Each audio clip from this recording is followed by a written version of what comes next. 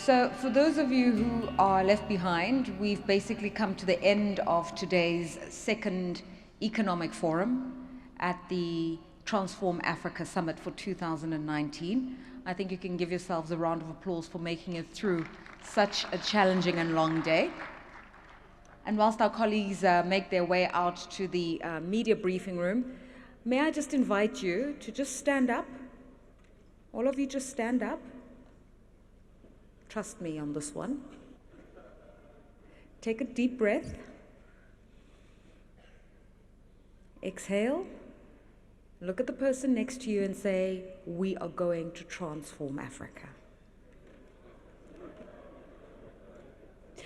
Okay, let's have a seat and get into the last session for the day. It's very, very short. I'm going to ask you to help me, and I'm going to do it in a very untidy, inelegant auction style. So what we're doing now, ladies and gentlemen, is the mind map.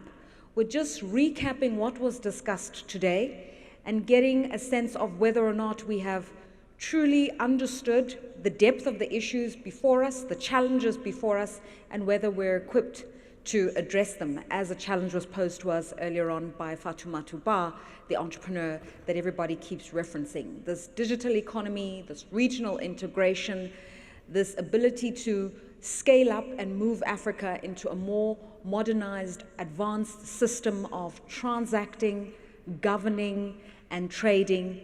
Are we ready to do it?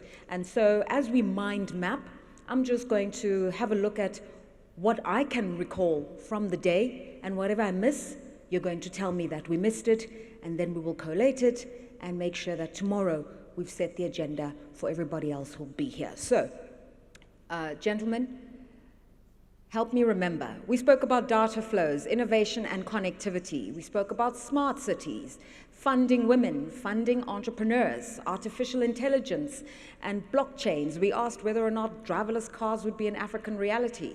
We were told we need to educate the youth to make sure that they can upskill to start using some of these computing capabilities. We were asked whether or not there is capacity to store data in Africa, whether we know our consumers, and whether we need to be protecting that kind of data. Funding came up a lot.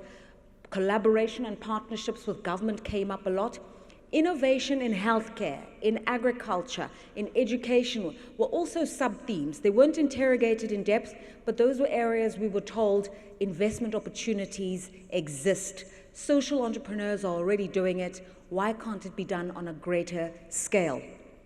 Agriculture, as I said, is where we can use digital solutions, whether it's tracking the growth of crop, measuring the humidity in greenhouses, and actually finding those markets. All of that stuff can happen through smartphones and computers. Education, we've mentioned. Healthcare is another area where you can see this kind of innovation. We've seen AI, for instance, being used within research facilities where apparently they've already launched a microchip that can be used in medicine. And when you take it as a patient, that microchip can actually lead the doctor to exactly where the most cancerous cells are. It's that kind of finding solutions to African problems that we are talking about. We spoke about blockchains. Are we going to be using cryptocurrencies in the future?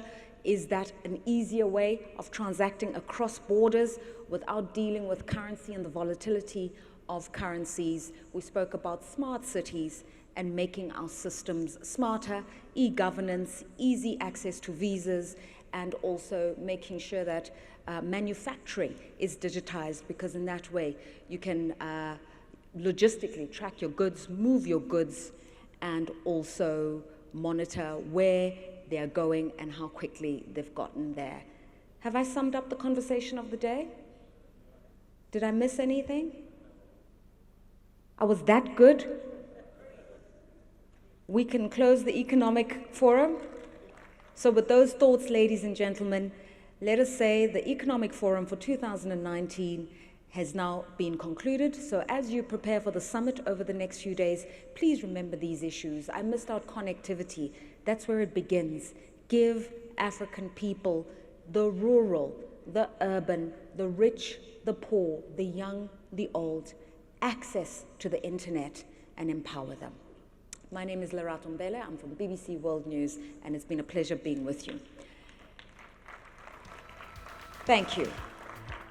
So now I'd like to cordially invite our host for the Transform Africa Summit 2019. We've met him earlier on. He sat on our panel, Mr. Lasina Kone, who is the Director General of Smart Africa, to say a few closing remarks. And just before he gets here, let me remind you, there is a gala dinner tonight. Everybody is invited, and we urge you to find your fairest African attire and come and show it off this evening. It's at 7 p.m. Everybody's invited. It's on the rooftop. Get your African threads ironed out. We want to see how good you're going to look. Over to you, sir.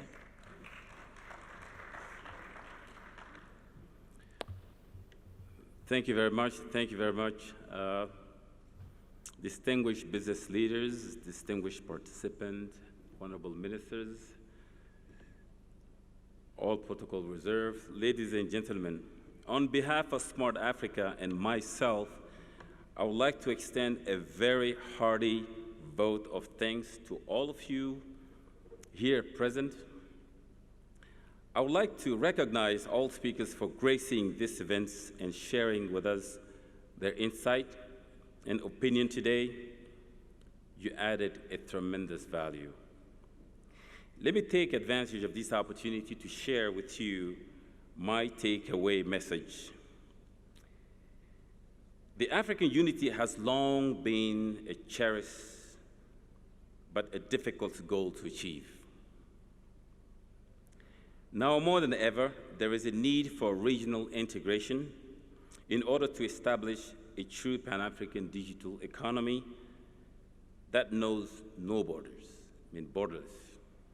Ladies and gentlemen, the key for Africa will be to adopt an innovative mindset, I said innovative mindset, and a focus on skill development to ensure that digital transformation opportunity can be filled and led by Africans. But let's be realistic. Africa cannot do it alone. It's only with a good partnership with the private sector that Africa will be able to build a thriving digital economy. In this regard, accelerating the private sector engagement and investments in Africa, in the digital space, is a priority for achieving sustainable development and inclusive growth on our continent. Thank you all for your participation and commitments that were made in the course of this important day. I believe that we should move from this conversation to action, as this is what we owe to ourselves and to the next generation of Africa. As I said earlier on, seeds have endless outcome.